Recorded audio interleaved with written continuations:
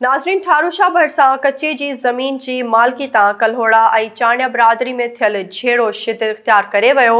चांडिया बिरादरी जे हिक वधीक नौजवान खे क़त्ल कयो वियो। उन हवाले सां तफ़सील ॿुधाइण लाइ असां टेलीफोन लाइन ते मौजूद आहे SS न्यूज़ जो रिपोर्टर अलहॾिनो सोलंकी। जी अलहॾिनो, छा तफ़सील आहिनि?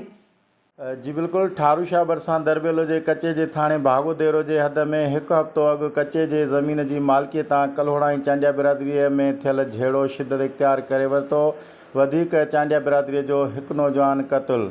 जाबदार फरार ठारूशा भरिसां भागोदेरो थाणे जे हद में ज़मीन जी मालिकीअ तां कल्होड़ा ऐं चांडिया बिरादरीअ में झेड़ो शिदत इख़्तियार करे वियो। धुरियुनि मौत तरफ़ां फायरिंग जी ॾे वठि में गोलियूं लॻण सबबि हिकु ॼणो मतलूब चांडियो क़त्ल थी वियो। धुरियुनि मोर्चाबंदि वधीक खूनरेज़ी थियण जो ख़तरो आहे, जॾहिं त हिकु महीनो अॻु थियल झेड़े में कल्होड़ा बिरादरीअ जे फायरिंग में नौजवान सद्दाम चांडियो बि गोलियूं लॻण करे क़त्ल थी वियो, जंहिंजो केस भागो थाणो ते 8 जवाबदारनि मथां दाख़िल थियल आहे, जॾहिं त क़त्ल थियण वारे जो तइदादु 2 थी वियो आहे। फायरिंग सबबि इलाइक़े में ख़ौफ़ ऐं हिरास पखिड़ियल आहे। पुलिस वाक़े वारे हंधि न पहुती, धुरियूं मोर्चाबंदि आहिनि। जी।